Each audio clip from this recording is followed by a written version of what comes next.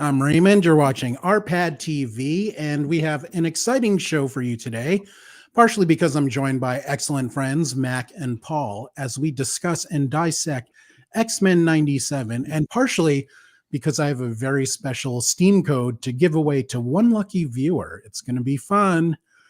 Now, before we get into things, let's check up on the boys. Mac, how are you doing? X-Mac, sorry. I'm good. Can I have that Steam code? Is the first question. do I count as a viewer?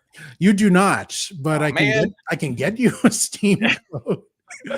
I'm doing good. I'm glad to be here and talk about superhero stuff. Yeah, and why are your superpowers TBD? I think you have. They haven't shown up yet. A couple years ago, I did break my hand, and I did think I was getting a lot of like weird feelings, and I was hoping I would get a superpower out of it, but eventually that went away, and then back to just regular old hand.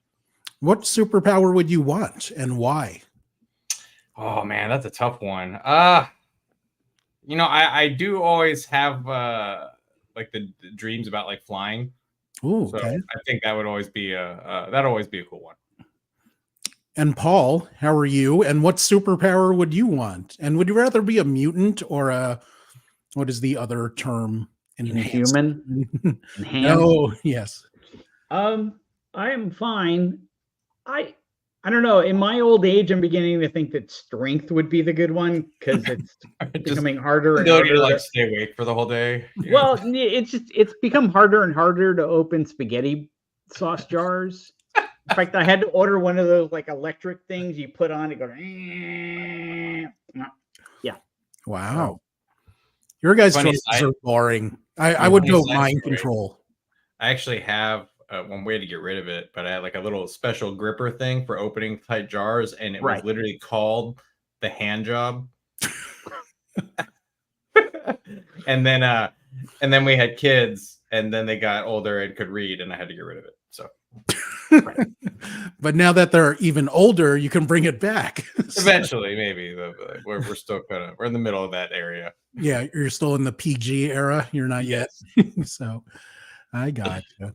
So guys, if you're watching live, as a few of you are, please let us know what superpowers you would want. I'm going with mind control because, I could put no physical effort into robbing a bank, erase everyone's mind like it never happened. I'd like to make a withdrawal. It's probably the only way I can get Taylor Swift to marry me. So mind control is useful on several levels. So we're going to talk about X-Men 97. We usually start things off with a tweet-sized review or a thread-sized review because I am anti-Twitter these days, but we're going to change it up a bit. Earlier today, I was looking at Rotten Tomatoes, and I was shocked by how well this show is going over. I mean, I enjoyed it reasonably well. Mac, you watched the whole thing twice. I watched the whole thing once, but the last 3 episodes I went through twice. Paul could not get through it, but let's look at these scores. Average audience score 94, critic score 98. So this is way higher than I was expecting. I'll start with you, Mac. Are the reviews that X-Men 97 is getting, is it in line with your expectations? Do you believe they're high? I liked it. I thought the show was fun. I think the review scores are echoing kind of like the sentiment probably from like the hardest of the hardcore fans. And that's probably who's watching a lot of this particular show, right? I don't think it's as like mass or mainstream as other things. So I understand why the score is so high. I don't necessarily agree. I thought it was fun. I enjoyed watching, and I went back and watched it again just to make sure I caught everything. And I didn't feel like it was too much. So I thought it was fun. I enjoyed it. I think the scores are a little like, okay, we get it. Calm down. Take it easy. Yeah. I'm pretty much with you. I enjoyed it enough. I had lots of problems with it, but I was definitely entertained at points. But I think it stems from, there's that backlash with the Marvel movies and TV show, partially because they're trying something different and going with new directions with different characters. Some people aren't enjoying women of color starring in their own movies. Some people don't like the obscure things like Eternals. So X-Men 97 is pretty much, it's a total throwback to the cartoon that ran through 92 to 97. So this gives those kinds of fans like what they want. And it's a mix of all those things you just said too. Right? Like, yeah, Carlos is going to be like Domino and channel the power of luck. Oh, that'd be a good one. That is a good one. That's a good one, except of course Carlos picks the female version when he could have went with the dude and been Longshot. Good job, Carlos. Although Longshot had those weird, he only had like 3 fingers, if I remember, or 2 fingers and an opposable thumb. But yeah, the review score is, I'm surprised, and a lot of our friends are loving it. A lot of our friends and people in general are saying this is the best thing that Marvel has done since Endgame, and I'm like, no, it's not. Good. I think, you know, like the thing that stands out to me is like there are a couple episodes, and I think if you go look at any of the reviews right now, you know which one or ones I'm talking about. But there are a couple episodes in there that are like hands down, like they're really, really well done. Like, yes, written, and that I think those ones are what's like standing out above the rest of the series as a whole, and kind of leading everybody to be like, this is the best ever. Right. So they're kind of overlooking the warts that come with it. Yeah, I think, and part of it is probably recency bias as well, because it's new and exciting. I have a feeling, I don't know if I'm right, but I think I am, that if we look back at this in 5 years, a bunch of people are going to be like, X-Men 97 wasn't as good as I thought it was. So or it was good. They'll fall back into the like, yeah, I watched it. I enjoyed it, you know, but it's not going to stand out in their memories like the, oh my God. Yeah. What were you saying, Paul? I was going to say that I think they were very smart to call it X-Men 97, because they really did kind of say to people, this is what this is going to be. And so if you weren't into the original cartoon, I don't think a lot of people watched it. I think if they just called it X-Men, you would have had a lot of, I think the review scores for both critics and fans would have been a lot lower, because you would have had a lot of other people coming into it. But because they were very clear, you know, this is a continuation of this cartoon, people were like, you know, they sort of set the bar high, but they hit that high bar for what people wanted. And I think that's why people, like I said, the scores are what they are. So they were smart about setting expectations. Yeah. This is a clever move out of the MacLean Marshall PR handbook, if I recall correctly. Name it what it is. No, it's funny too. You say that because I didn't even know about it when it came out, and a friend of mine who's again much more into comics than I am, he's like, "Oh man, did you watch the new X-Men on Disney?" I was like, "No." He's like, "What? Why not?" I was like, "I didn't even know it was a thing." And then, you know, the way he explained it to me was like, it's the older kind of like, you know, TV cartoon art style that you probably used to, but with like a little bit more of a modern touch and like, you know, some new story. And then you go and you watch it, and it did, like, to me, the style of the show brings you back kind of to like the shows of old, but the story is something new and fun to kind of be a part of. Right. Yeah. I definitely want to talk more about the art style and kind of the callbacks to the original a bit later. But yeah, you're totally right about that, Mac. I mean, obviously you have to upgrade things for a higher resolution these days, because our screens, even our phone screens, are better than the TVs we're looking back at in the 90s. But fair point. I am going to take us on our first of what I'm sure will be many tangents. So there were a few things that teased that the X-Men were coming back to Marvel. In Ms. Marvel TV show, they had a line of the X-Men music in there. We saw the yellow wheelchair version of Professor X in Doctor Strange and the Multiverse of Madness. And now we have X-Men 97. Is this just like a slow buildup to the X-Men being properly introduced in the MCU, or is it just nerds doing nerd things? I'll go with you, Paul, because you can answer it. I think a lot of it is set up, but I also think that maybe they were thinking that they couldn't get to the X-Men as soon as they could have, so they started to put these things in motion. You you know, I think, you know, that because it takes a while to maybe what they're thinking is like the X-Men aren't going to come into it until much closer to like, you know, the movies like 3-4 years from now. Right. And so, you know, we have this big gap of time, we can play with it, you know. But they've also said that, you know, X-Men 97 is not part of the MCU. I mean, it is in the sense that everything is part of the MCU because it's all a parallel universe and blah, blah, blah, blah, blah. But it's not going to have any effect on anything. Maybe not. But I want to talk about that when we discuss the finale, because there is a way that this can happen. Right. Okay. Well, anyway, they presented it like it doesn't count, so you know you don't have to worry about it. Right. I think the Ms. Marvel thing was kind of also their way of establishing, okay, that mutations have been happening and something is going to happen. I think, by the way, that somehow the mutations are going to go back to the blip. Oh, that's interesting. That what you're going to have is there's going to this is just a theory. It's not based on anything that I've read or heard. I'm thinking like maybe the blip somehow that cataclysmic amount of energy, especially given that it initially was you know released on twice was released on Earth, is going to be the thing that causes the mutation, as opposed to the atomic bomb, which is what caused it in the original comic. Right. Now, the big scare for me would be if they use the blip as a crutch, and that excuses, you know, anything. Oh, it's because of the blip.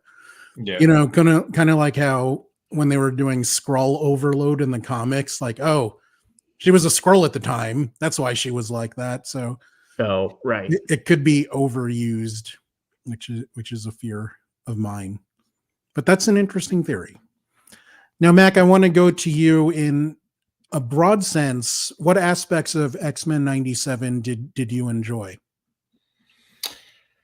Like I said, I just in general, like I like the art style. I like the overall narrative of the series. I like the, you know, for somebody like me who's plugged in a good amount, but nowhere near like the hardest of hardcore. Like I liked getting some additional backstory and context for who characters are and how they came to be. Like Cable was a really good one in here. It just gives a lot more of his story. Same with like Scott and Jean Grey. Like I just liked all of that stuff. I like seeing the characters like in this kind of newer looking style. Like so Storm looks super cool.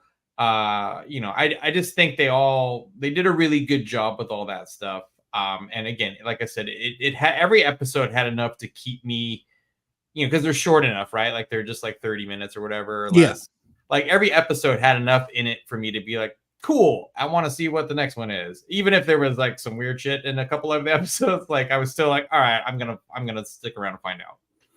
Yeah, for me, it was the mix of action and drama. My favorite parts were the relationships with Jean and Scott and Cable, and especially the relationship between Professor Xavier and Magneto, like going into their past.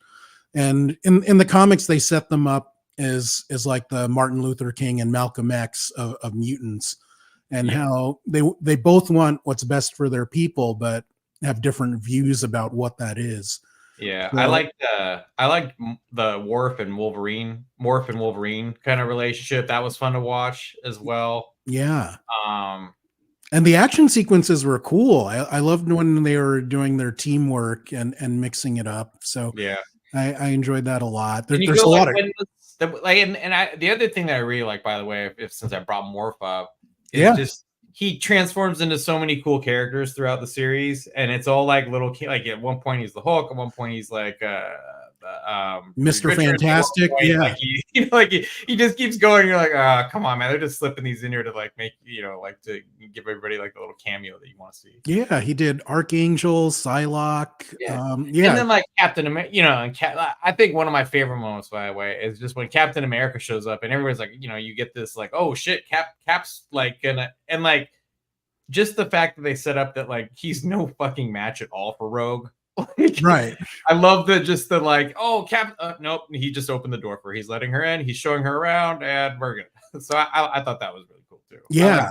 all those different kind of like dynamics. I love the cameos, the ones that you mentioned, but especially in the finale where they had Cloak and Dagger, they had Daredevil, and I love the style that they did with Daredevil, because when I was a kid reading Daredevil comics, I didn't understand what the hell like a billy club was. So I'm like, why?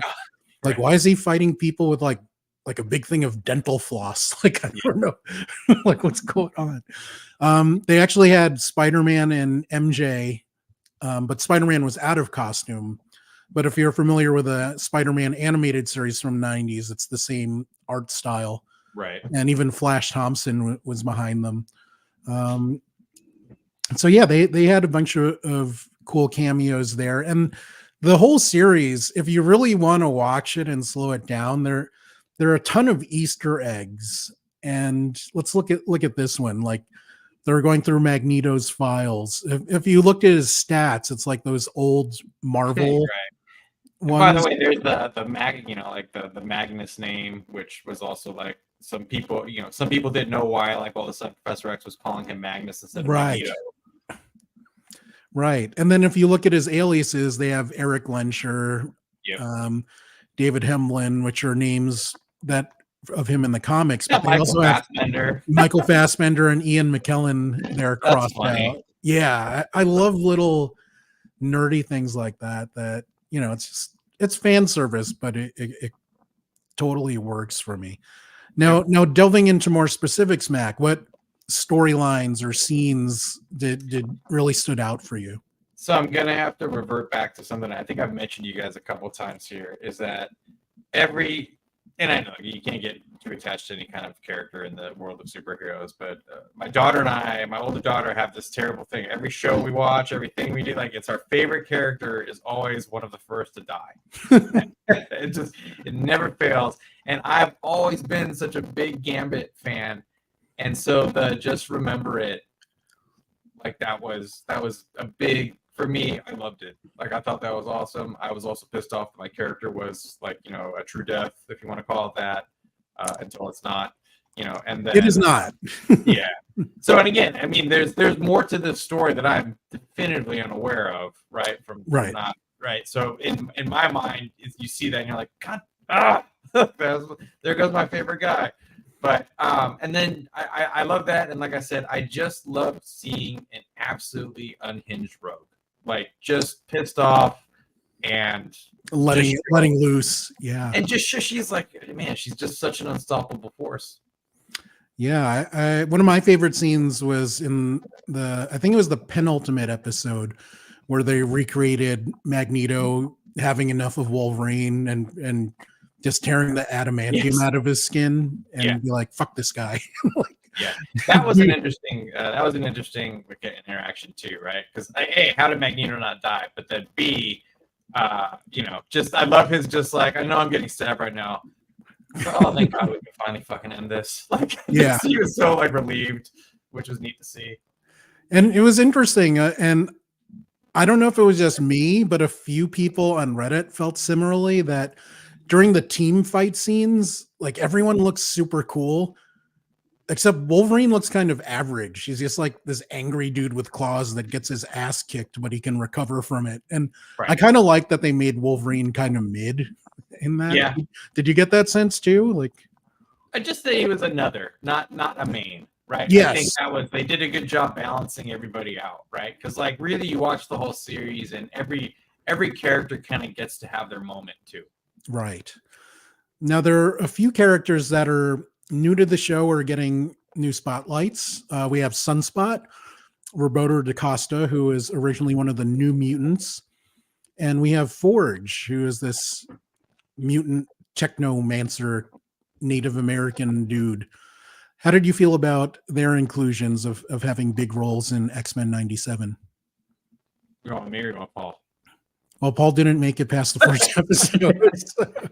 I thought it was terrible.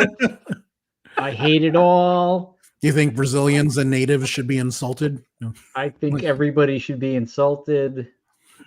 One small thing about the Da Costa family, I love that because he's Brazilian and speaks Portuguese, their pronunciations are different. So I like that his parents were calling him Roberto, as they would pronounce it. I didn't catch that. I love small things like that. And I was totally ignorant of this until I got into MMA, and I'm like, why are they calling this Royce Gracie guy Hoist? Oh, like, I don't understand it. Yeah. So I didn't actually know until right now. Like I didn't know that Sunspot and Forge are like new. Are they new news or I thought Forge has been around for sure. They have, but they were much later characters, and Sunspot was a new mutant for a long time. Right. So people know him as that. I like the way, I mean, again, for me, not knowing the history behind them too much, I thought they were, I thought they were interesting additions to the show, right? And, but I think for me, like, Forge plays into some of the narrative in the episodes that I wasn't necessarily as excited about overall. And then like the, Sunspot was cool, but you never really got a good sense of what he's capable of. Right. Any different than Jubilee. Right. And you get into that one scene where it's like the team fight and like he hits her, knocks her down. And he's like, "Oh God, are you okay?" And she's pissed off. And you can kind of tell that she could probably whoop his ass if she really thought about it, because he's kind of new to his powers and she's been training for a little bit. So you kind of wanted to see her just be like, "Okay, you idiot. Like, here's just back off." No, I absolutely agree with that. And yeah, I liked that they had a character around the same age as Jubilee. Otherwise, it's like, why are these adults all hanging out with this teenager in this really large house? And he was kind of like, his story was like a kind of core piece of some of the, the narrative that strung everything together, right? Yes. So that he had value to the story. I just thought his character is a cool introduction, but you almost wanted to see a little bit more of what he was capable of. Yes. And although he does have one really goofy scene that I want to get to in our criticisms later. Okay. But let's go with your MVP of the show. Who is the guy for you, or the gal? My MVP of the show, man. I'm gonna take a hard left because I had to go look some of these up, but I'm gonna go Gladiator. Okay, that's Gladiator. The couple scenes that he was in, that guy was just in like absolute beast mode the whole time. And I thought that was like he's like a Superman level Homelander equivalent. Yep. Right? I just thought that was I had to go look him up. I didn't know where he was from. So I thought that was just a neat thing to have such a heavy in the middle of everything. So that was fun. I liked him. Like I said, I liked seeing Rogue pissed off. I liked the way Gambit went out, the way you can only imagine Gambit going out. So right. I think those were great. Carlos agrees with you. He picks Gambit as his MVP. Yeah. Very fine choice. He had a lot of heavy lifting to do. Tangent time. Got to bust out the tangent thing. So when I was at GameSpy, I used to randomly throw things at the other editors and be like, Gambit, and just like chuck things at them. As you should. And then I remember Will Tuttle was like, dude, stop fucking gambiting me. I'm like, sweet, I made it a verb. So I was very proud of that. I have a similar tangent story. Tangent. But way back when, at the Activision days, when we would do booths at like Comic-Con, San Diego Comic-Con, there was one year we had a Spider-Man game, and we created all these little like wall crawlers that you could just throw at anything, and they would stick, and they would just kind of fall down the wall. And we must have been throwing these things everywhere out of our booth, at like just to the point where like the San Diego Comic-Con staff had to come over and be like, "Hey, you guys the booth with those spider things? You gotta knock that shit off. There's spiders fucking everywhere." Like, and so of course that only encouraged us to throw more of them and give more out. So that was I appreciate the throwing stuff in the office or in similar environments. And then Rockstar sent me a baseball bat, and that's when things got out of hand. Yeah. So for MVP, I am going with Magneto. I mean, he just had an hair, or also because of the costume. I mean, he puts a big M on his chest in case you forget his name. Like, who is this guy? Oh, M. Yes. The hair is awesome, but I liked his story arc from being the reform baddie to turning bad again, being imprisoned. Yeah. And Magneto is one of my favorite villains in the comics because he does bad things, but he's not a bad guy. He does bad. It's the guy crack a few eggs, make an omelet guy. Exactly. Like he just has a different point of view than Professor Xavier. What's the Deadpool line too? Right, like sometimes you got, I forget what he says. You got to do like horrible shit. Oh yeah. But I mean, I think the best bad guys are the ones that have a point. So that's what made it for me. Johan says it's M for mother. He misses his mom. That could happen too. He heard that more than Magneto. So maybe some guys will be like, hey, who is this mofo guy? So now, Paul, you couldn't get through a single episode of this show, and I want to learn why. But first, I want to tease our viewers with some giveaway info. So let's take a time out and. Hey guys, it's Raymond here with another RPadTV giveaway. For the next 3 episodes, I'm going to be giving out Steam codes for Lamasoft, the Jeff Minter story. This is a super cool project from the folks at Digital Eclipse that's part documentary and part video game compilation. As you've probably guessed, it's about legendary video game creator Jeff Minter. You might know Jeff from... Hey, I sound like Troy McClure now. You might know Jeff from such games as Centipede, Grid Runner, Attack of the Mutant Camels, Tempest, and so much more. You'll get to play dozens of his games. I believe there's more than 40 games on this compilation. And you'll get to hear interviews with Jeff and a few famous video game journalists, including the very cool, very handsome Harold Goldberg. I'm super excited to be sharing this game with you guys. It's such a cool project. Jeff is an absolute legend that has done so much for the video game business. A few of my friends actually worked on this project, and I'm excited to share their work with you as well. And some of these games are just awesome, and I'm happy. If you're new to them, I'm happy you'll get to play them for the first time. If there's something you grew up with, I'm happy that you'll get to play them again. For a chance to win Lamasoft, the Jeff Minter story, all you have to do is leave a comment on my next 3 episodes. I'm going to be alternating between Facebook and YouTube, so leave a comment on the platform of your choice, and I will pick the winners at random. Good luck to everyone, and hope to see you soon. Bye. So yeah, I'm really excited about this giveaway. A bunch of our friends have worked on this title. At Digital Eclipse, Tom Russo is there, Chris Kohler, Dan Amrich, and Harold is interviewed here. Gary Wood is there, although it's funny, I don't think of Gary Wood as a gaming guy anymore. Hollywood. Yeah. He's transcended our world, but I'm glad he was included in this. So, Paul, you could not make it through 1 episode. Nope. And you tried multiple times. Yep. Share your experience with the people out there. Well, the thing for me is I was never a fan of the original cartoon. In fact, that entire era of animation happened, sort of when I was I was already out of college at this point. And so I was never a fan of G.I. Joe. I was never a fan of Transformers or He-Man or any of that stuff. For me, I grew up watching stuff like Mighty Mouse, Woody Woodpecker, the Flintstones, Scooby-Doo, things like that. And then got out of animation and then got back into animation. But when I did, it was with The Simpsons.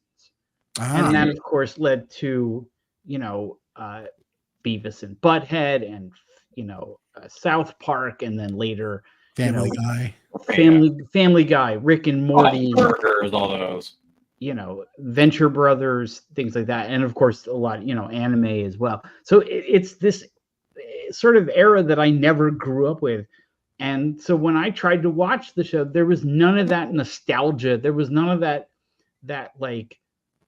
I knew what I was getting in for, because again, going back to what I said earlier, I knew it was going to be a continuation of that show. but I still was like, yeah, I'm going to give this a shot because it's Marvel and whatnot. But I just couldn't get past the art direction, the voice acting, the storytelling. Like none of it really grabbed me. I'm also not the biggest X-Men fan. Like I like certain eras of them. You know, like I like the original Stan Lee run. I like a couple of other runs here and there. Somebody mentioned the New Mutants stuff. I've liked some of the movies and not other of the movies. So, but they're not, of all the Marvel stuff, they're not my favorite characters. So I was never going to like this. This was not made for me. It was not meant for me. You know. Was it just that time in your life? Because you were out of college. So if I remember correctly, you were partying hard. Not really. I think you wrote an article about masturbation devices, if I recall. I did. Yes, I did do a hands-on test of the Fleshlight when it came out. It's out there. It's forever internet. Unintended. You know, and I wrote about the real doll when it came out. I didn't try a real doll because they weren't going to send us one because those things are expensive. But yeah, I mean, like 92 to 96, I guess, which is when the show, 92 to 97, when the show was running, is when I was initially at New Review of Records, making my way as a rock critic, and then I moved over to Raygun, and you know that's when I started writing about video games and and I was also living on my own in California. You know, I mean, so I was watching this. Yeah, I was watching like The Simpsons and Space Ghost. Love Space Ghost. But I just missed that whole era. It's the same thing with me in video games. Like I never really played much in the era of like the Sega Genesis, the original Nintendo. I came into it in the tail end of the Super Nintendo. But I played the hell out of arcade games in like the early days, and I played like a lot of Atari 2600. So there's like, it's like I used to say, you know, we would go to these like events sometimes, and they would start talking about a new Castlevania game that was side-scrolling, and everybody in the room would get really excited, and I would be like, yeah, this is a good time for me to hit the restroom.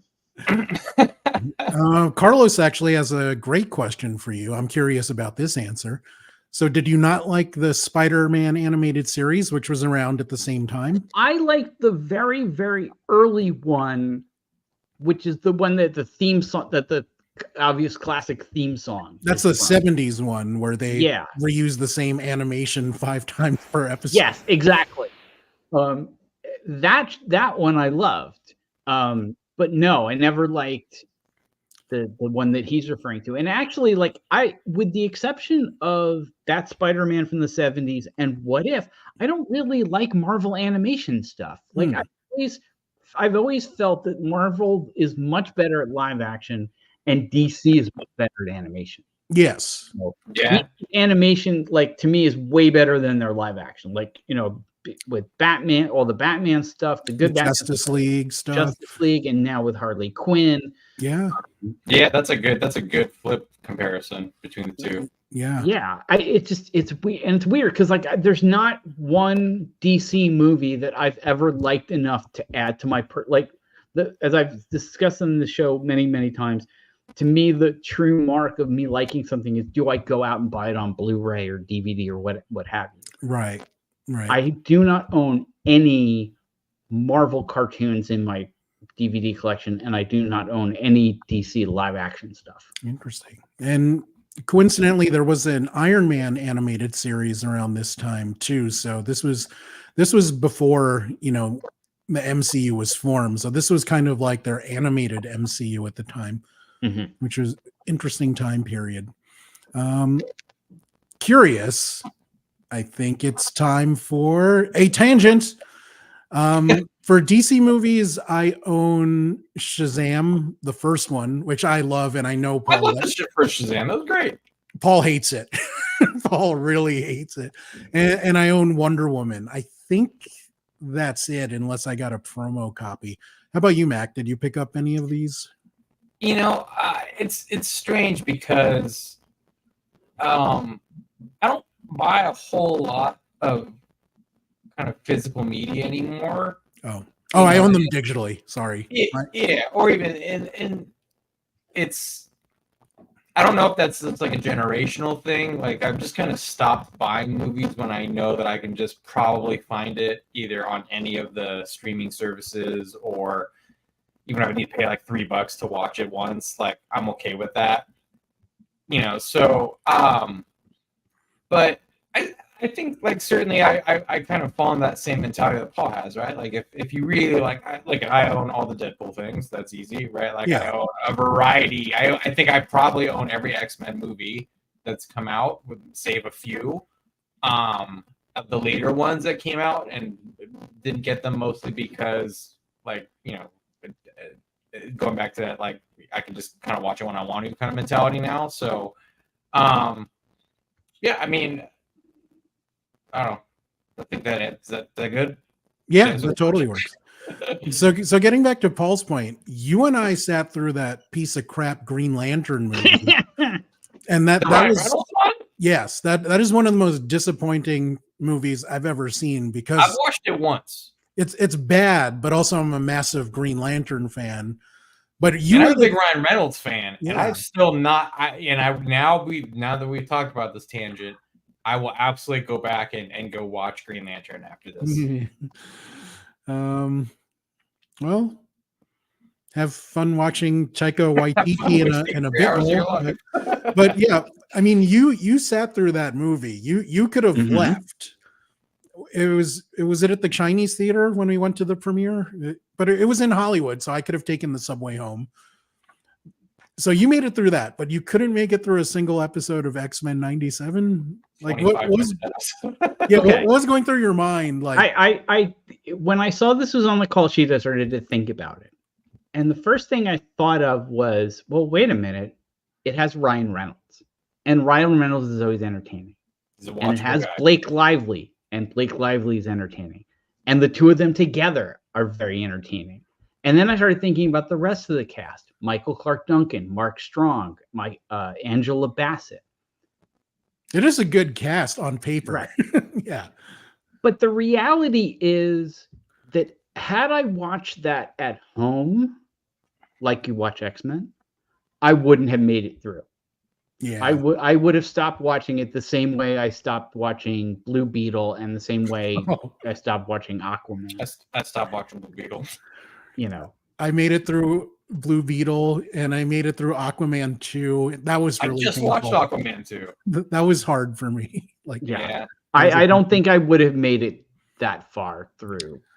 So what was it about the first episode of X-Men? What was there a point or a scene that made you go, I can't? No, it was just where did you just go, fuck this? I just started watching it, and I just found myself just thinking about other things. Like it never grabbed me to the point where I wanted to pay attention. Like I immediately was thinking, like, I forget what game I was playing at the time. I was replaying Resident Evil 4, and all I could think was I want to go play Resident Evil 4. And I've played Resident Evil 4 like 12 times now. It's not like I've never played it. You know what I mean? Like, it's like I was sitting there thinking like, oh, I'd really like to listen to the second Led Zeppelin album. I haven't heard that in a day. Carlos has another question for you. So you like the Spider-Verse movies. Why did those work for you and not the animated series? Well, because Carlos, he was reviewing the Fleshlight. He was busy with the Fleshlight. I've only seen the first Spider-Verse movie. Oh, you should. I haven't seen the second, and I don't. The thing for me was I decided to hold off on seeing the second one because I found out that there's a cliffhanger to the third. Yeah, and I want to wait and see. And when you say I liked, I didn't like it enough to want to own it. Oh, I absolutely enjoyed it. Movies. I thought it was very cool, but for whatever reason, it didn't work. The animation in that is much better. The writing in that is much better. The voice acting is much better. The story, there's nothing. Again, if I had grown up with the original X-Men cartoon, I probably would be all over this. If they did a whatchamacallit, Oh, they actually did. They did like an animated thing with like Burt Ward and the Batman 66. Yeah, Batman 66. They did and I loved that show when I was a kid. So I was really into watching that cartoon. The animated movie. It's the same kind of thing, it just didn't grab me. So Carlos, your takeaway here should be that Paul didn't like the Spider-Verse movies because he's against African Latino Spider-Man. Is that on film too? It's on the internet. It must be true. This actually came up. If I start getting text messages from Donald Trump asking for money, I know how it started. Guys, I need to take you on a tangent. So I don't know if you guys watch the Norm Macdonald show. I'm a big fan of Norm, but he died, right? Yes. I didn't even know he was sick. That's one of his jokes. But so Norm Macdonald, his sidekick on the show was Adam Egget, who was a booker at the Comedy Store, also a writer. And Norm would always, make this recurring joke where he would introduce him as, this is my friend, and unfortunately, he's also a Holocaust denier, Adam Egget. And people started to believe that was true. Started writing about. Say it enough times, man. Yes, say it. Well, yes, that is a political playbook that we've seen. Because apparently liberals want to kill babies. I heard some guy say that. Okay, but yeah, I was talking about that with some Bad Friends fans. Now, let us get back to X-Men 97. Mac, I want to know what are some of your criticisms about the show in general? Anything that bothered you as a broad point? I think there were just a couple episodes that put me into what I just kind of call what the fuck mode. Which was, there was the Storm losing her powers and dealing with her owl crow demon thing, which I mean, I was actually hoping that maybe that there was some more context from backstory that you guys know about that could maybe make more sense to me, because that felt like, man, they just needed some filler content or something. Well, she's Hufflepuff, so I mean, well, she does lose her powers in the comics, and she actually went to live with the Morlocks and learned how to become a street fighter. And she actually gets into a fight with Cyclops. She challenges Cyclops to be leader of the X-Men. And I think they had a knife fight or something stupid like that. That's the way it's done. Yeah. It's fight with knives. And you get to be leader. They did that with Guardians of the Galaxy, suggested that. Yeah. That was... Go ahead. They did do that thing with her and Forge, and they end up having a romance in the Arizona desert or whatever. But that took place over a much longer time period and over dozens of issues of comics, which I think is my big problem with the show in general. Each episode has at least a dozen comics crammed into it, sometimes a few dozen. Yeah. And they're not always taken in the order that they were told in. Sometimes it works, and sometimes it really doesn't. And the other time, I mean, again, the other thing that didn't work for me was the episode where Jubilee and Sunspot got pulled into the video game and had to deal with what's his name? Mojo. Mojo.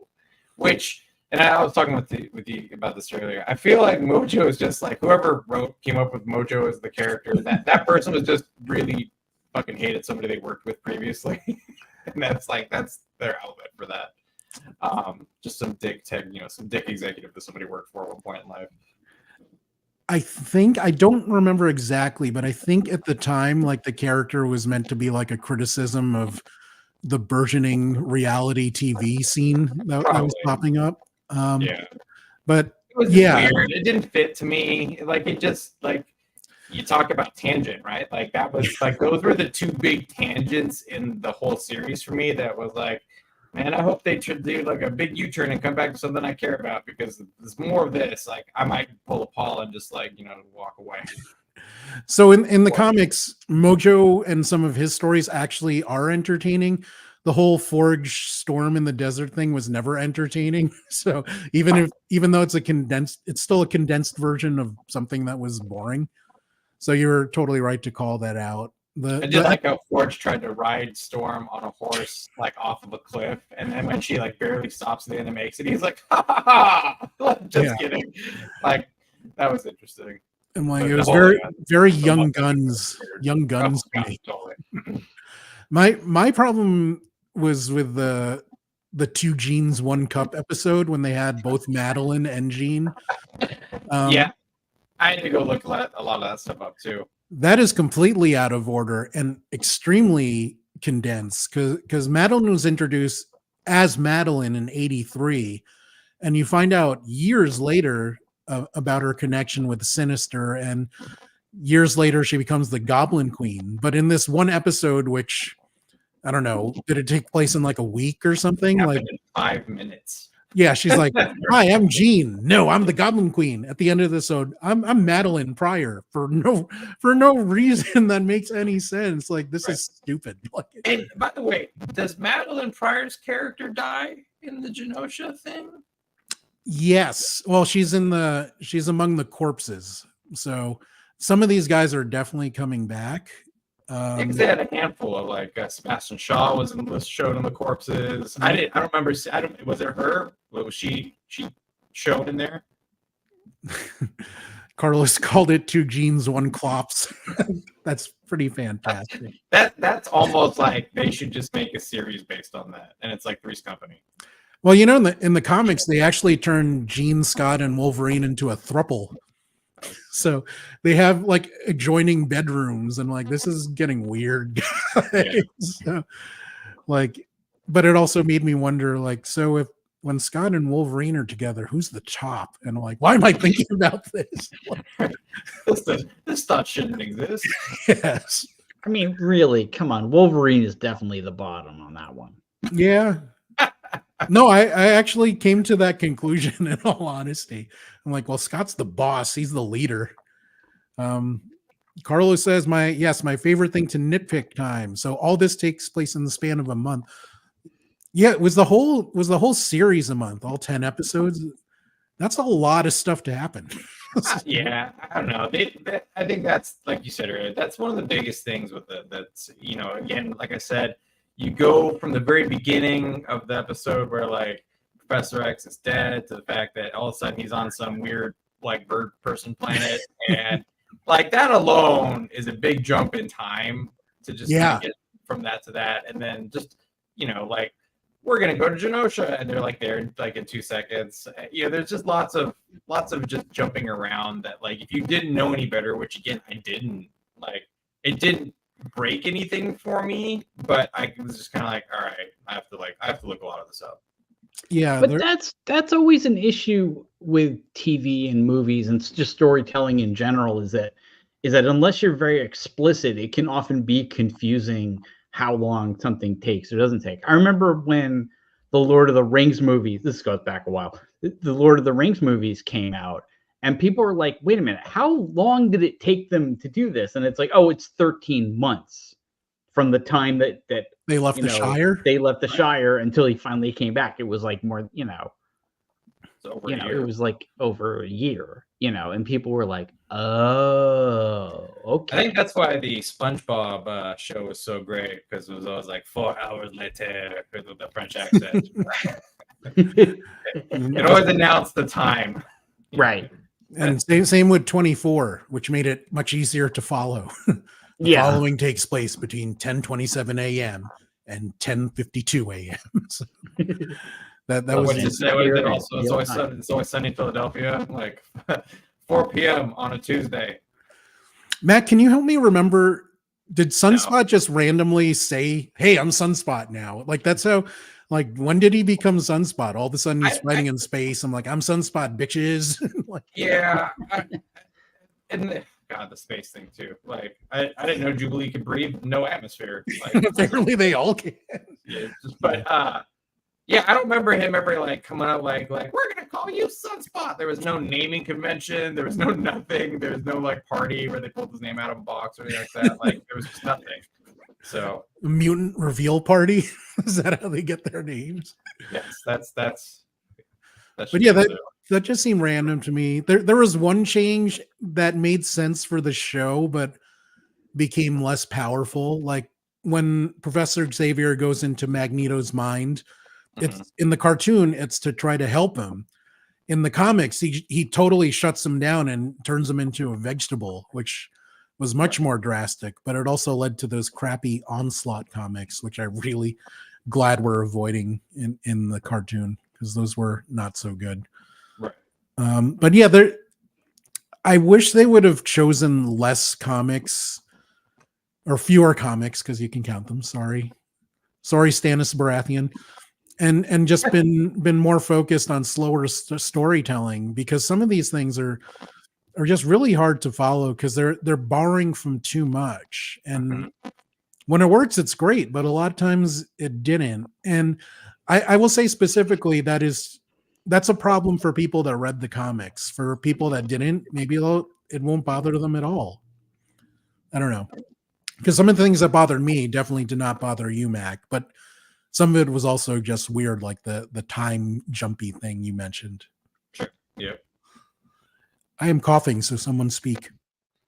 Do you think, going back then to one of the points that we were talking about earlier about like the prominence of X-Men, and is like Disney building to like new X-Men things happening in the future? Do you think like because I look at that and I agree. I think like this cartoon, I think a couple other things, and also upcoming, right? Like I think does the Deadpool 3 movie, is that like a big lever to try and like continue to push X-Men into like the kind of current MCU? You want to call it that? Is that like, are we going to see more crossover with Deadpool, now Wolverine, and then beyond there, and the TVA and the multiple, the universes and all that stuff? I think so, and I will explain to you in 2 bullet points later. So got it. I think Carlos says yes, less cramming. I'm still trying to figure out when Sinister swapped out Jean. One of the most unintentionally funny scenes was and someone said this on some podcast that I was watching at lunch, when the Phoenix takes away Sinister's powers that he absorbed and he becomes old and shriveled. Yes, I laughed at that. But then he runs off like a little high school girl, like, "Oh no, don't look at me!" I thought that look away, I'm hideous. It was so stupid. It did not make sense at all.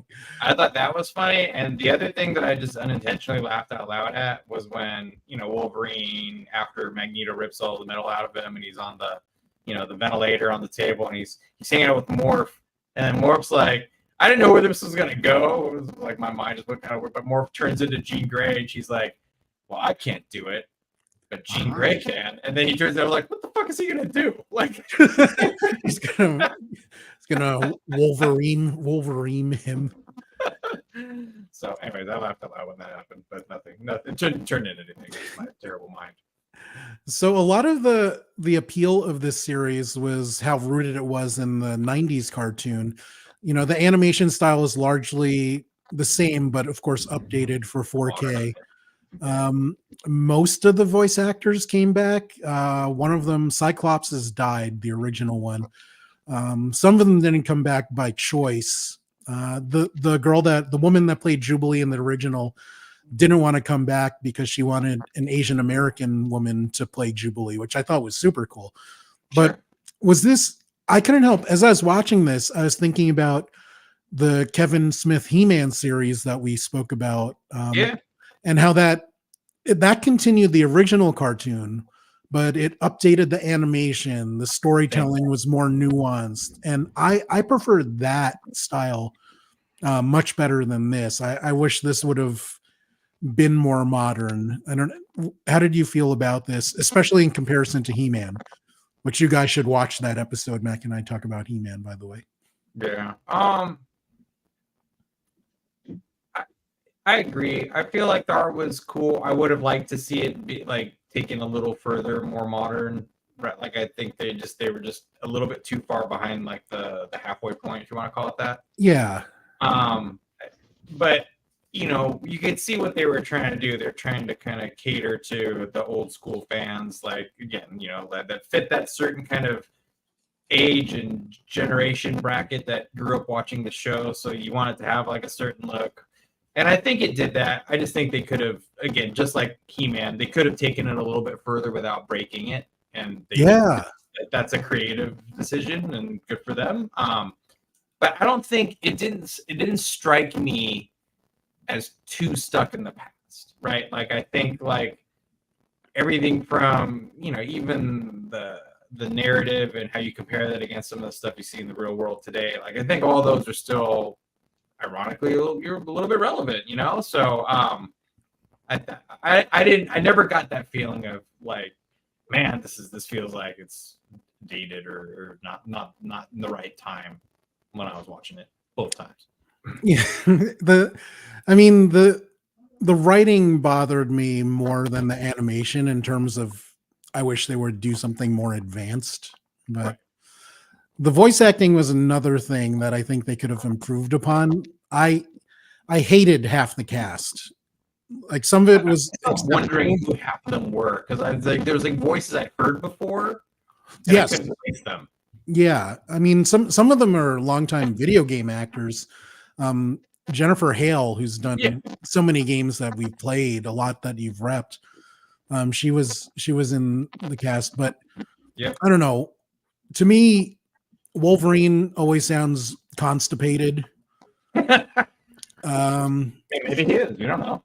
Storm was like, I am Storm. I went to theater school before coming here. Yeah. And she's always speaking like that. Although I think she did a good job. But the two that bothered me the most were Rogue and Gambit.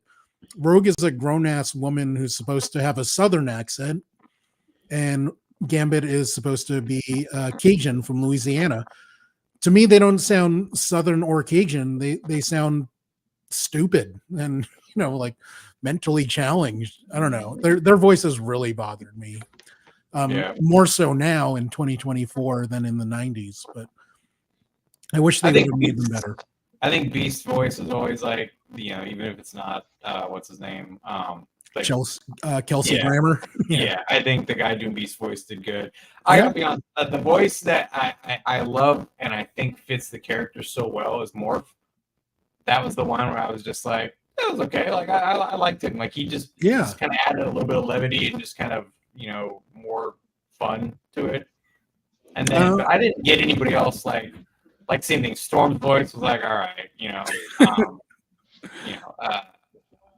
Magneto's voice was a little. To me, Magneto's voice didn't match the character. That was my one criticism for Magneto. I liked everything else about him, but like his voice just didn't sync up with me for some reason. Carlos has another point here. I think it being labeled as 97 kept it from starting fresh. And this is why I feel we got 3 episodes to start the season. Yeah, that could be. Like I really disliked the first 2 especially. But it did become better. But maybe that was an adjustment period for some people to help them ease into it. That's plausible. Now, the big thing that I was reading today that surprised me is that apparently some people have problems with Morph having romantic feelings for Wolverine, which is mentioned in the scene you were talking about earlier, Mac, where she can't say it, but I can. So he transforms into Jean and tells Wolverine that he loves him. And apparently people have some problem with this. I'm like, did you not see when they're having their fantasy scenes where Morph is in the shower and his fantasy was to have Wolverine join him? Like, how did you not pick up on that? Like, I don't know. Why is it? I didn't care about that at all. Like, I guess, again, it strikes people however it strikes them. Like, I was like, all right, like, who cares? But I thought it was more funny than anything else.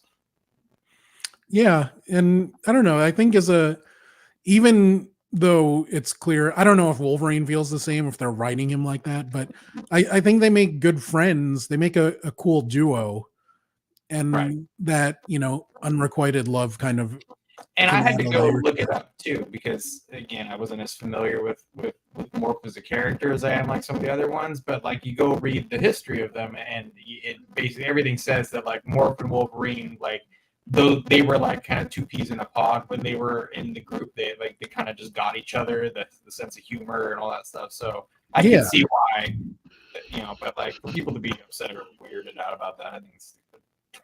Which brings me to one. No, it's definitely probably not the last, but tangent.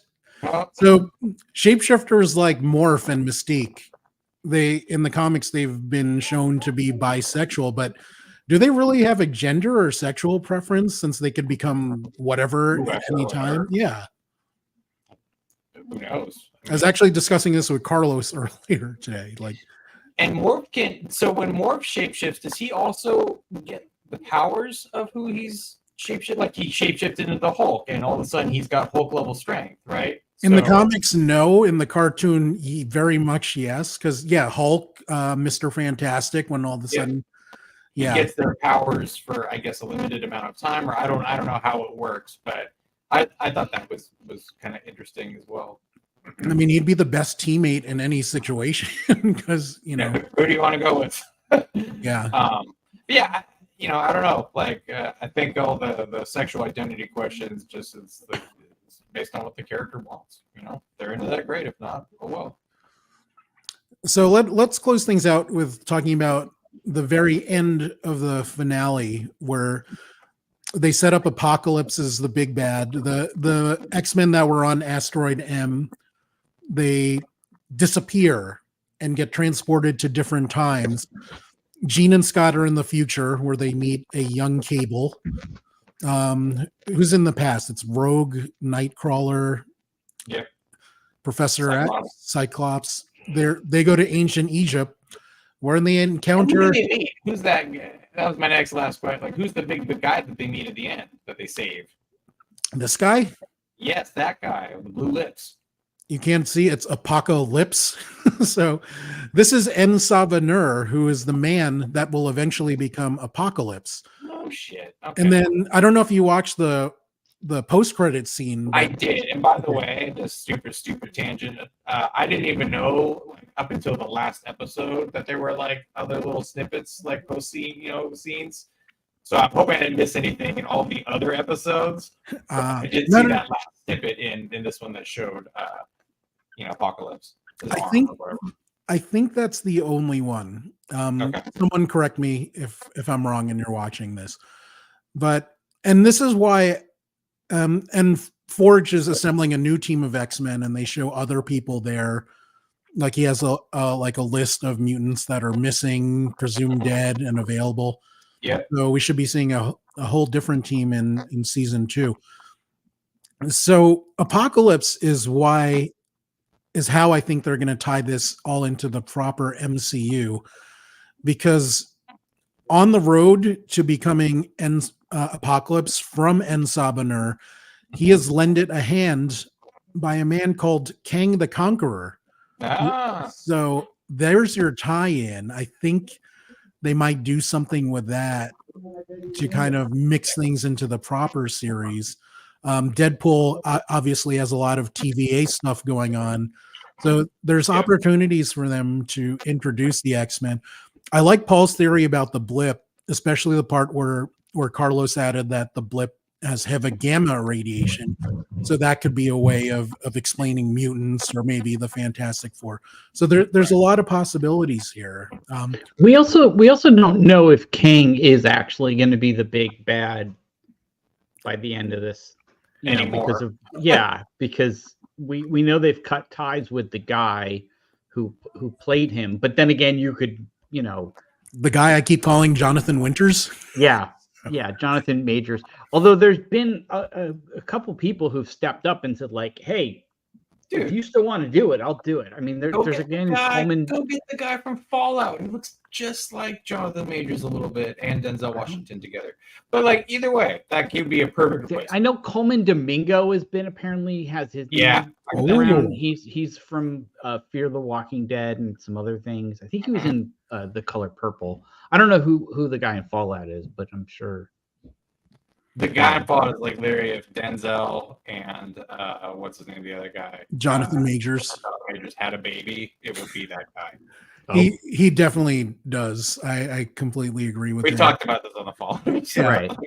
I mean, they've done it with. Let's not forget they've done it before. I mean, they did it with the Hulk. With the Hulk, they did it with Rhodey. I mean, it's easy enough to. And Kang is a time traveler, and he has different identities. He has Immortus, whatever, Victor Timely. So changing his look, I don't think would be a big deal. Yeah. If they want to avoid the shit. I mean, you can always do. I mean, I always loved what they did in the Matrix movies where the woman who played the Oracle died. Oh yeah. In between the second and third movies, and they were just like, "Oh, I got like attacked and they broke me, but I'm, yeah, new body." Right, yeah. Yeah. I'm just a different old black lady now. So, I actually really liked how they when they introduced Cheadle in Iron Man 2. It's like, oh yeah. It's all right. I'm here. Let's not make a big deal out of it. That was funny. Yeah. Although I would have liked to have seen, the other actor kept going with that. Not that I mind what Cheadle did, but. Oh, Cheadle's great. But yeah, I do wonder what would have happened if they had stuck, I mean, I'm sure he wonders that too. Because like, look how many parts Cheadle's done since, Oops. That's yeah. It's a lot of residuals right there. Yeah. So, I mean, season 2, which Paul will definitely not watch, but I think you go big, going hard on season 2. Don't even bother with season 1. Just start. Yes. Yeah. They revamp the animation. They do all new cast. They bring all the people from the movies. I mean, what do you want from season 2, Mac? And what do you expect? Well, I mean, if nothing else, now with the Apocalypse tease, you want to know where that's going. I think that's obviously like a big piece to me. Dude, I gotta be honest now because you guys know so much more than I do. I am curious, like, if you'll tell me who the true deaths in the episode in the series so far were. Oh, right. So, that I don't know, but Gambit will definitely come back as one of Apocalypse's horsemen, which they did in the comics. Okay. So, and if you notice in that post-credit scene, Apocalypse picks up a card. I'm like, yeah, foreshadowing. Ooh, yeah, okay, yeah. So that makes sense. Yeah, and then I think I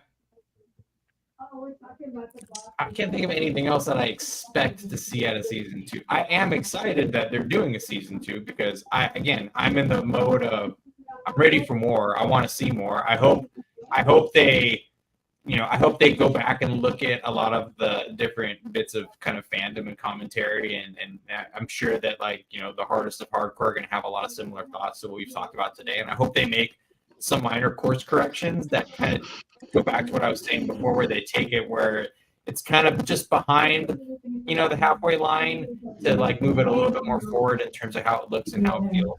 And I think if they can do that, then it'll be season 3, after that. Carlos is saying he wants a proper Days of Future Past leading to an House of M or AVX. I think we're way too early for AVX. House of M, I don't know how they'll do that unless they do. Well, they could always do timey-wimey stuff. Days of Future Past, they already have the movie, so I don't know that they need to do that. I hope that the writers choose fewer comics per episode to borrow from. Right.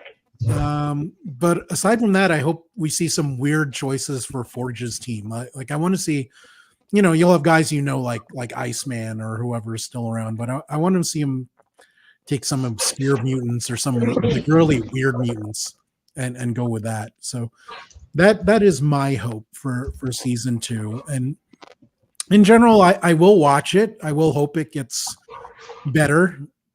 Again, I disagree with everyone that says this is the best Marvel anything since Endgame.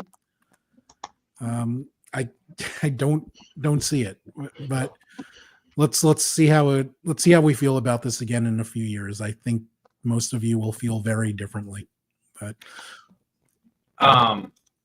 I'm curious then also, like, I think one of the characters I was excited to see this season but didn't get to see enough of because of his kind of part of the story is Bishop also, right? Like Bishop is always like a very cool character to me. And the only time you ever also like for me, like the only time you got to see him was in what was the old live action movie with the Sentinels where they Days of Future Past. Days of Future Past, right? Like you only see him in the front end of that movie and then never again. And so I'd love to see more of him in a season 2 as well, I think.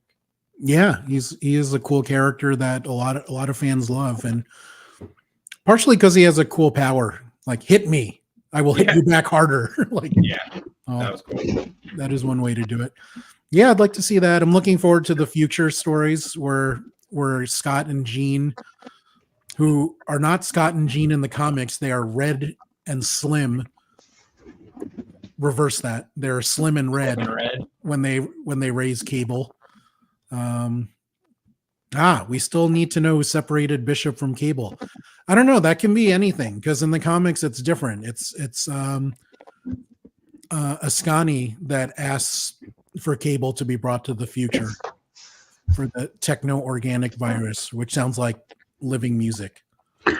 Do you guys think that they might do a crossover between this show and What If? Oh, maybe probably. Content's content, so yeah, I think some of it is set up in actually Doctor Strange Multiverse of Madness, where Reed was saying that what are they called when the worlds crash into each other?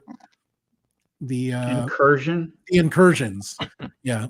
So Reed was saying in Multiverse of Madness that incursions have a higher chance of happening if someone spends too much time on a world that's not their own.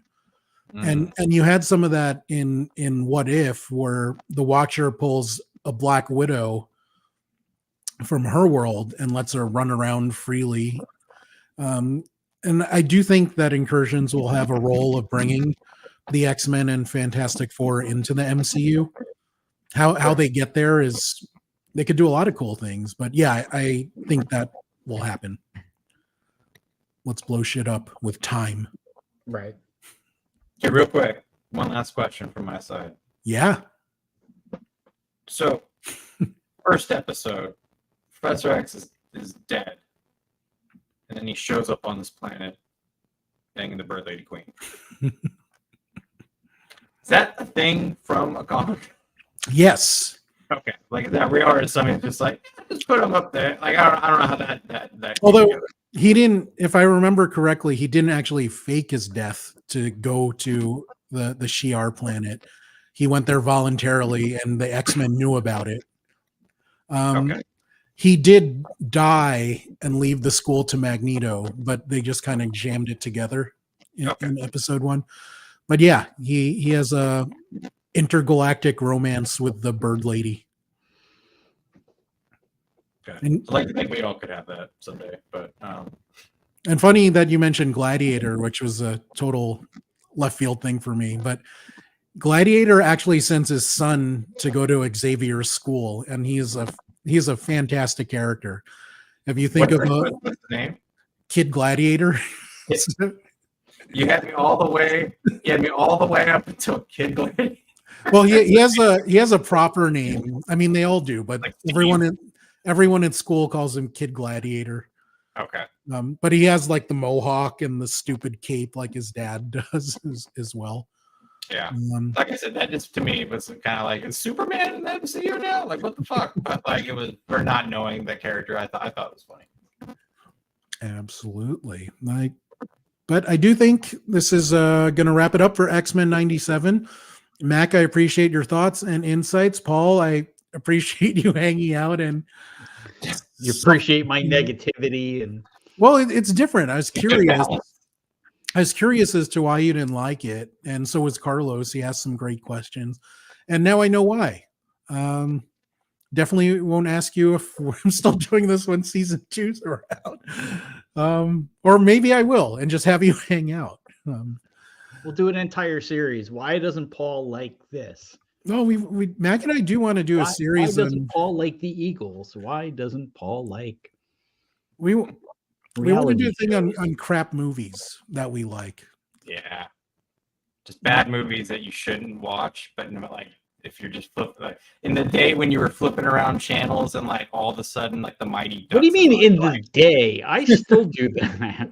But if you're just flipping around, like Mighty Ducks is like my biggest example. Like I don't know why it's not a good movie. Like it's bad, but like if I'm flipping through channels and Mighty Ducks is on, I'm stopping. I'm watching the rest of that movie. There's no ifs, ands, or buts about it. Like, and there's a handful of those really shitty like 80s and 90s movies, even early later ones too, that like you shouldn't like. They shouldn't like give any attention, any of your time. But you're like, yep, we're spending 2 hours here. Another question for Paul: how does Paul feel about Ewoks? I don't know, and I'm kind of afraid to hear. I didn't hate the Ewoks. I do like how in the books they've now said that Ewoks are emotional support animals. What? In the books, they basically said that the Ewoks were so happy that what the rebellion did, because they were getting terrorized by the stormtroopers, that some of them have gone out into the galaxy and became kind of like emotional support animals. Like not animals because they're sentient beings. But like a my buddy, Yeah, like they'll go somewhere and like give people hugs and stuff. That is strange. So, Paul, when Mac and I were talking about this idea for bad movies, I brought it up in the context of me liking the A-Team movie with Liam Neeson, even though I know it's not very good. Yeah, there's some interesting parts of that movie. But do you have a movie that you know in your heart is not good, but you keep watching it? Uh-oh. I don't know. I'd have to think about that. I mean, there's movies that I like that are considered not good. Oh, sure. Name one of those. But I don't give a crap. Like, I liked the third X-Men movie. I liked Indiana Jones and the Crystal Skull. Oh. And the Dial of Destiny. See, I'm going like the low budge, like robot jocks. Well, I mean, Mac, you mentioned 80s movies. I will watch Beastmaster anytime. Are you kidding me? Beastmaster, Podo and Kodo, the twin freaking ferrets that steal shit. Are you kidding me? That's like movie. Mark Singer was the man back then. They put the little crazy thing in the people, and they put like a upside down metal garbage can on their heads, and they just go berserk and run around in like a He-Man, loincloth. Like, come on, that movie had everything. Absolutely. But I don't know, if you showed that to your daughters, they would think you're insane for liking it, probably. Yeah. I thought of trying to do with specifically with my daughters, who they do humor and put up with my like weird, like sense of humor and all that stuff. But I have been trying to do like a once a month, like watch a terrible old movie that I like, so that you guys maybe try and get me a little better. No, that's fair. Cool. Yeah, so it's fun. We do that every once in a while. I love that. Well, guys, thanks for hanging out. Don't forget, if you're watching this after we're live, leave a comment for a chance to win a Steam code for a Lamasoff, the Jeff Minter story. And come back next week, where I'm actually going to be doing a pre-recorded episode because it is Asian American and Pacific Islander Heritage Month. I'm going to be talking about 4 Asian American guitar players and the guitars they play. I'm excited to do this one, and we will see you next time on RPadTV. Thanks for watching, guys. Bye.